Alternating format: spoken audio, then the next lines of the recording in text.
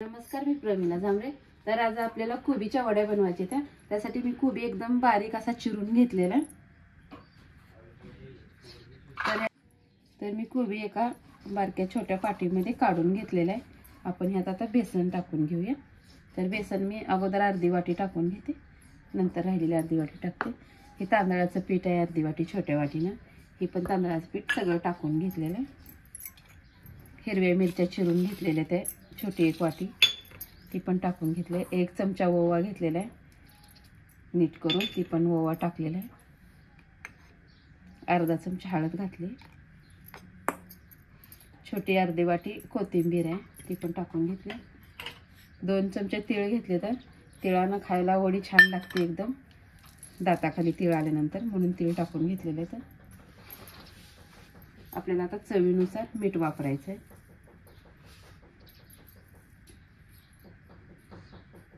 थोडीशी 1 चमचा जिरी पण टाकून घेतली मी। आता हे छान असं मिक्स करून घेते। तर मी असा गोळा तिंबून घेतलेला आहे।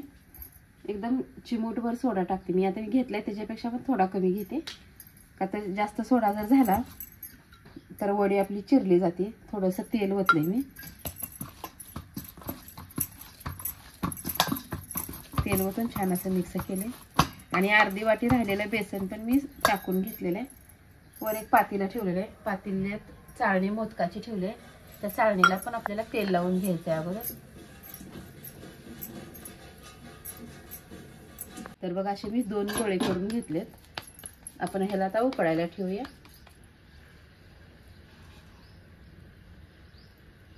खाली ताटाला मी तेल लावून घेतले त्या मोदकाच्या चाळणीला, आणि ह्याला पण तेल लावून ठेवलेलं आहे।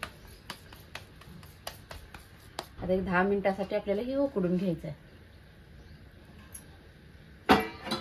त्याच्यावर छान असं झाकण ठेवायचं, पॅक हवा न जायासारखं। तर मी 10 मिनिटासाठी वड्या उकडून घेतलेल्या आहेत। आपण आता ह्याला कट करून घेऊया।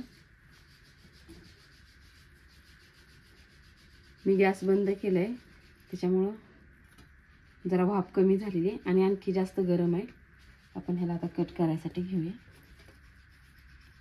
जास्त गॅस मी फुलही ठेवलेला नव्हता आणि जास्त कमीही नव्हता, मध्यम गॅसवर एक 10 मिनिटं मी हे पीठ वापरून घेतलेलं आहे। आता अशा आकारात मी कट करून घेणार आहे। तर बघा, छान असं मी कट करून घेतले ते एकदम छान वड्या। तर आपण आता ह्याला तळून घेऊया। मी तळण्यासाठी तेल ओतलेलं आहे। तुम्हाला थोड्या तेलात जरी फ्राय करायचं असेल जिरी मोहरी टाकून, तरी तसं सुद्धा करू शकता।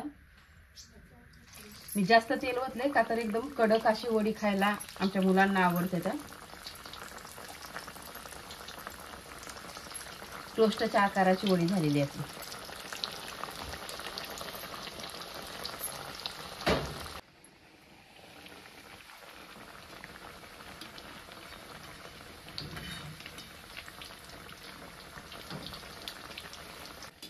तर बघा, दोन्ही साईडने छान असं कुरकुरीत असं टोस्टच्या आकाराची आपण वडी तळून घेतलेली आहे।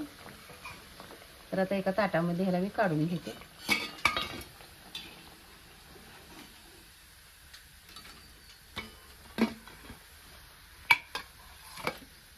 आता राहिलेल्या पण वड्या मी अशाच प्रकारे तळून घेणार आहे। तर बघा, राहिलेल्या पण वड्या मी सगळ्या एकदाच टाकून घेतल्या आणि छान असं लाल होईपर्यंत तळून घेतल्या। त्याला पण एका साईडला घेते, अगोदर तेल नितळते आणि मग ताटात काढून घेते।